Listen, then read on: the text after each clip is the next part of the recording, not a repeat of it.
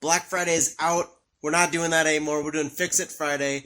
And the thing that I'm fixing this week is this hydraulic lift cart that my dad and I have. We bought it specifically for pulling engines and transmissions out of Corvairs. This upright handle here does not really work when you're trying to have an engine transmission like powertrain on this cart. So today I am modifying this thing to work better for the purpose we have and take a little stress off both our backs.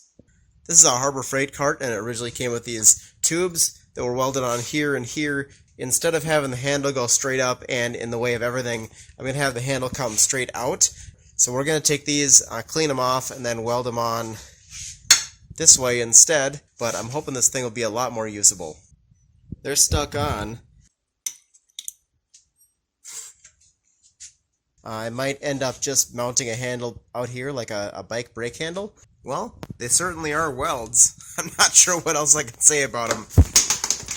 I cleaned them up a little bit. We'll go spray some paint on those and hopefully bring this thing down to the floor.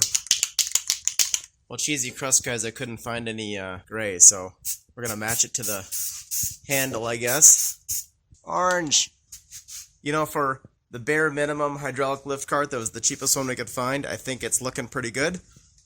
We're going to do the cable stuff tomorrow, but I think we fixed something, even if it was just the ergonomics. I was going to end the video there, but hey, we're here the next day. Let's get this thing in.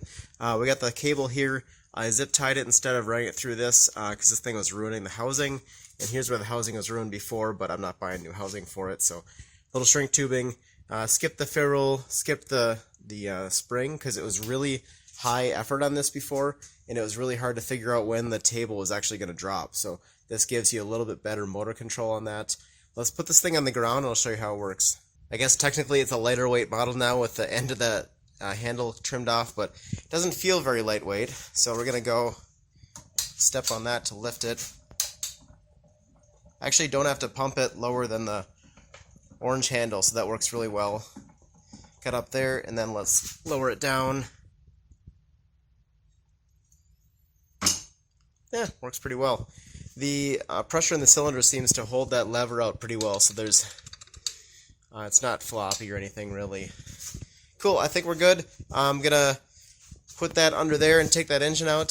The one thing I wish I could fix on this thing still is I want to be able to tilt the bed like a transmission jack, but that's a problem for a different day.